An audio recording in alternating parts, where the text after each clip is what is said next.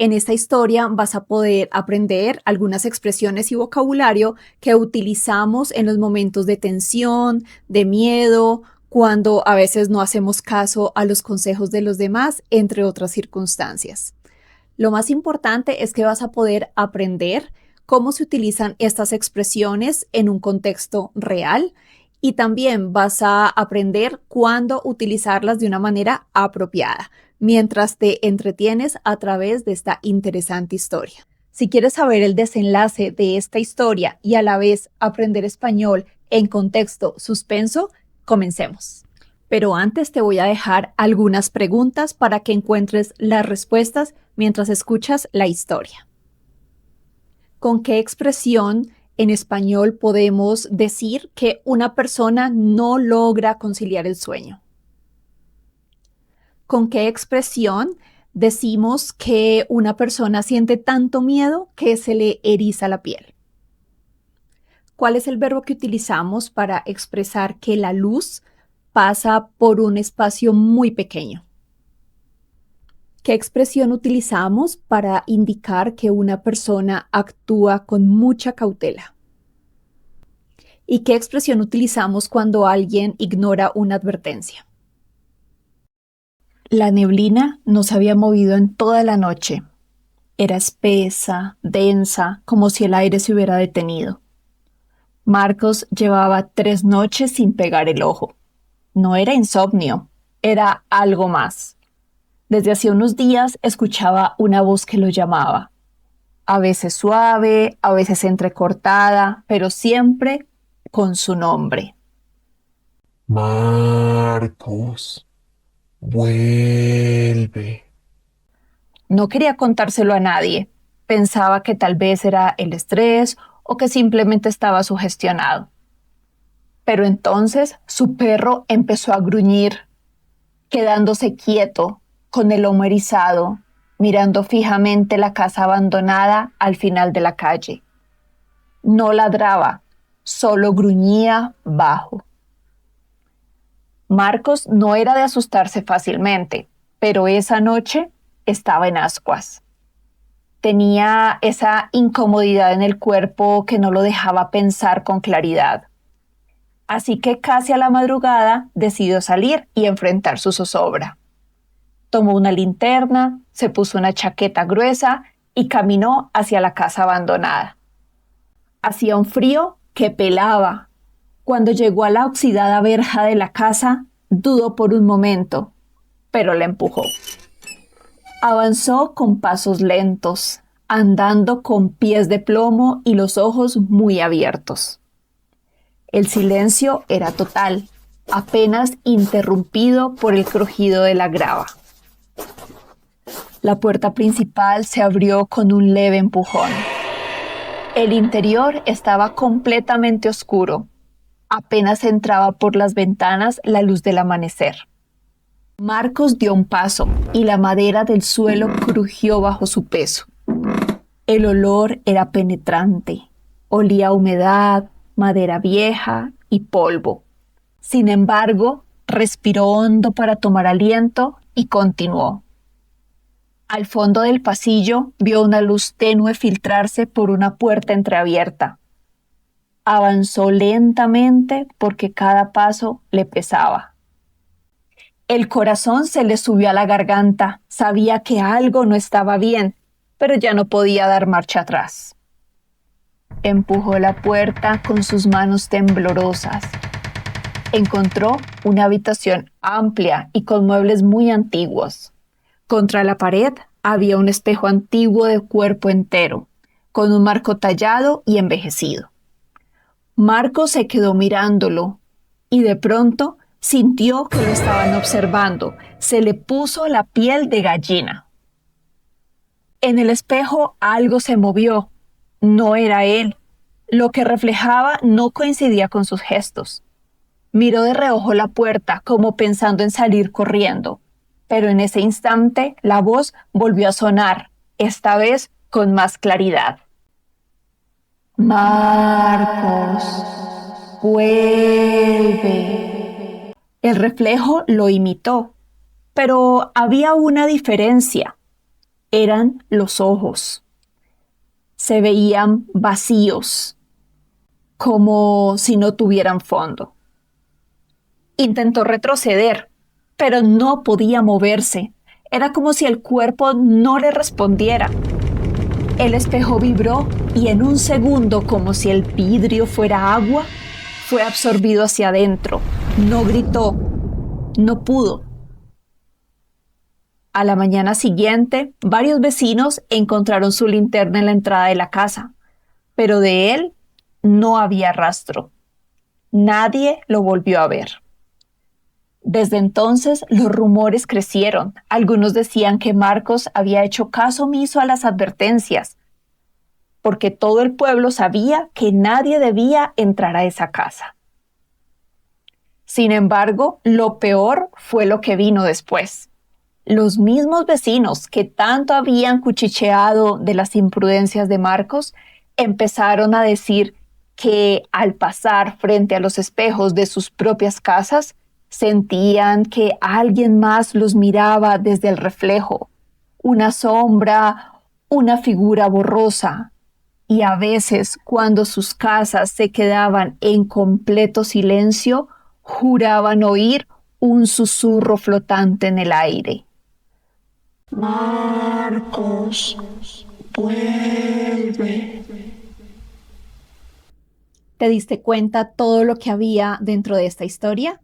No era solo misterio, estaba enriquecida con varias frases, vocabulario y verbos de nivel avanzado que ayudan a que la historia se escuche mucho más interesante y se pueda expresar exactamente la tensión y el miedo, la zozobra y la cautela que estaba teniendo Marcos.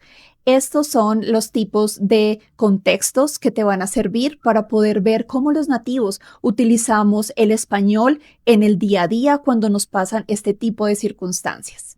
Ahora vamos a hablar un poco de las expresiones y vocabulario nuevo y útil que aprendimos en esta historia. Si recuerdas en la historia, incluso antes de que Marcos entrara en la casa abandonada, él ya venía sintiendo miedo y angustia con días antes de ese momento en el que entró en la casa abandonada. Prácticamente su miedo comenzó en la mente. En la historia, la frase decía, Marcos llevaba 3 días sin pegar el ojo. Eso significa que Marcos llevaba 3 días sin dormir, no porque no quisiera o tomara la decisión de no hacerlo, sino por miedo, por estrés e incluso por precaución, no podía conciliar el sueño. Veamos otro ejemplo con esta frase. El día antes de la cirugía no pegué el ojo pensando en todo lo que podría salir mal. El sinónimo de esta expresión es conciliar el sueño. Esto quiere decir que otra forma de decir la frase sería, el día antes de la cirugía no pude conciliar el sueño pensando en todo lo que podría salir mal. Continuando con la historia, ese miedo que Marcos sentía lo llamamos zozobra, que es una mezcla de angustia, de incertidumbre y de inquietud profunda. Es una sensación persistente que nos acompaña cuando no sabemos qué va a pasar. Ahora viéndolo en un ejemplo con un contexto diferente. Durante la operación de su esposo, ella tuvo mucha zozobra esperando que todo saliera bien. Un sinónimo de zozobra o algunos sinónimos son inquietud, preocupación, angustia, ansiedad. Entonces, podríamos decir esta frase así. Durante la operación de su esposo, ella tuvo mucha preocupación y angustia esperando que todo saliera bien. Esa zozobra mantenía a Marcos todo el tiempo en una sensación de incertidumbre, de intriga, que quería saber qué iba a pasar. Eso se llama estar en ascuas. Marcos estaba en ascuas porque estaba muy inquieto, porque algo podía pasar, pero no sabía si iba a ser bueno o malo. Y es esa necesidad de saber ya mismo qué es lo que va a pasar, cuál es la verdad o la realidad de las cosas. Ahora veamos un ejemplo en el contexto laboral. Desde que envié la propuesta al cliente, he estado en ascuas esperando su respuesta. El sinónimo de estar en ascuas podría ser inquieto, ansioso. Entonces podríamos decir, desde que envié la propuesta al cliente, he estado inquieta y nerviosa esperando su respuesta. Estar en ascuas es una expresión que la puedes utilizar en cualquier contexto y si estás en un ambiente ya sea formal o informal, es muy apropiado utilizarla. No vas a sonar informal o demasiado formal. Así que es una muy buena expresión para expresar cuando estás muy preocupado y estás ansioso esperando alguna respuesta o esperando que te cuenten algo que tienes pendiente. ¿Te acuerdas ese momento en el que Marcos encuentra al final del pasillo una puerta entreabierta? Es decir, que no está cerrada del todo y tampoco está abierta completamente. Justo lo necesario para que se filtre un rayo de luz y también cree en esa situación un poco de intriga y de misterio. Ahora veamos un ejemplo que podríamos utilizar en nuestra vida diaria. Dejé la puerta entreabierta durante la noche y por eso entró frío a la habitación. Ahora es el momento cuando podemos recordar otra expresión que es se le subió el corazón a la garganta. Esto significa que Marcos sintió un susto inesperado. Es un momento de miedo, de tensión o también puede ser una emoción muy fuerte que hace que sientas el latido del corazón muy cerca a tu garganta. Ahora veamos un ejemplo con esta frase. Cuando el hombre llegó a su casa y vio varias patrullas enfrente, el corazón se le subió a la garganta. Para esta expresión tampoco tenemos un sinónimo exacto que lo reemplace. Entonces es muy importante saber en qué momento lo vamos a utilizar porque queremos expresar que el susto o el sobresalto es tan fuerte que literalmente el corazón comienza a latir mucho más rápido. ¿Y recuerdas cuando Marcos vio una presencia en el espejo que era igual a él, pero en el espejo esa presencia se movía, pero él en realidad no se estaba moviendo? Eso fue un momento un poco perturbador. Por ello, a él se le puso la piel de gallina. Esto ocurre cuando tu cuerpo reacciona antes que tu propia mente y los vellitos de la piel se comienzan a erizar y hace un efecto como de unas pequeñas protuberancias en la piel que se asemeja mucho a una gallina cuando está desplumada. Y esta expresión la utilizamos cuando sufrimos esta reacción por miedo, por frío o también puede ser por una emoción muy fuerte. Ahora veamos un ejemplo en un contexto que sea el opuesto, que sea algo positivo y emocionante. Cuando vi por primera vez una aurora boreal, se me puso la piel de gallina. La siguiente expresión que te quiero explicar es andar con pies de plomo. Esto se nombró en la historia cuando Marcos comenzó a caminar con mucho cuidado, con mucha cautela, con tanto cuidado como si el piso pudiera romperse en cualquier momento. Esto lo hizo para no hacer mucho ruido, para no alertar a alguien si estuviera cerca a él. Es una descripción o una frase que utilizamos cuando queremos hacer las cosas con mucho cuidado, con demasiada precaución para no recibir consecuencias negativas más adelante. Ahora veamos un ejemplo a nivel laboral. En un negocio nuevo hay que andar con pies de plomo antes de invertir o firmar documentos. Aquí lo que queremos decir o a lo que estamos haciendo alusión es a ser prudentes, a pensar con cabeza fría antes de actuar para evitar cualquier problema a futuro. Continuemos con el momento en el que Marcos está frente al espejo viendo esa silueta que se estaba moviendo y que era exactamente igual a él.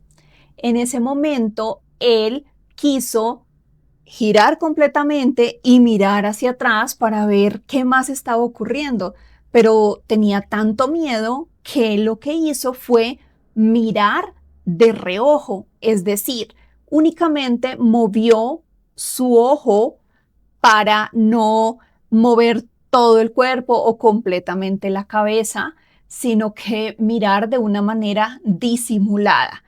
En este caso, en este contexto, fue por miedo, por cobardía, pero en el día a día miramos de reojo para no levantar sospechas, para hacer las cosas de manera disimulada, para que no se presente un momento en el que de pronto sea algo grosero si estamos mirando a alguien directamente.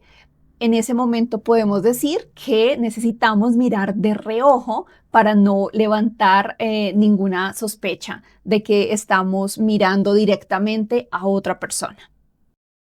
Ahora vamos a hacer un ejemplo en un contexto romántico. La chica quedó tan impactada por lo apuesto que era su nuevo colega que lo miró de reojo durante todo el almuerzo. Aquí lo que queremos decir es que a la chica le gustó tanto su compañero que tuvo que mirarlo de una manera muy disimulada durante el almuerzo para que él no se diera cuenta que estaba siendo observado. ¿Recuerdas al final de la historia cuando todos los vecinos estaban fuera de la casa abandonada preguntándose qué había pasado con Marcos? Bueno, pues ellos comenzaron a cuchichear, comenzaron a hablar entre ellos en voz baja acerca de lo que había ocurrido, juzgando a Marcos, porque todo el pueblo sabía que no debían entrar a esa casa abandonada, que era muy peligrosa. Ahí en ese momento hablar en voz baja, como en secreto, es la única manera que se utiliza para poderlo hacer sin que sea tan obvio. Entonces ellos comenzaron a cuchichear sobre Marcos. Entonces ya vas a saber cuándo decir que alguien está cuchicheando, cuando veas que están hablando en voz baja y muy seguramente están criticando u opinando acerca de otras personas. Veamos un ejemplo en un contexto social. En la boda, las damas de honor cuchichearon sobre el vestido de la novia. En este caso, lo más seguro es que no les gustó el vestido de la novia y estaban hablando de cosas no muy positivas, por ello hablaban en voz baja para que nadie más escuchara.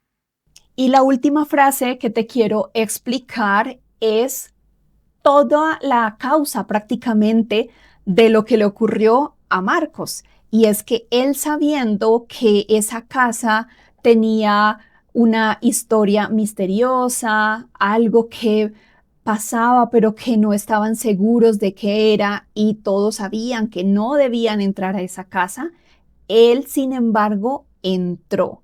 Es decir, él hizo caso omiso a todas las advertencias que había en el vecindario o en el pueblo. Hacer caso omiso es cuando no te importa lo que los demás te digan para prevenirte de algún peligro o de alguna situación que no pueda ser beneficiosa para ti. Y sin embargo, tú haces las cosas, haces lo prohibido para poder salirte con la tuya. Entonces, haces caso omiso y haces lo que tú quieres, tu propia voluntad. Y como esta expresión es tan útil, vamos a ver un ejemplo en un contexto de la vida diaria, algo que pasa todo el tiempo. Mi amigo hizo caso omiso al aviso de no pasar y entró a la propiedad del vecino. Espero que hayas disfrutado y aprendido mucho de esta historia y te espero en el siguiente episodio para que sigamos aprendiendo español en contextos. Hasta la próxima.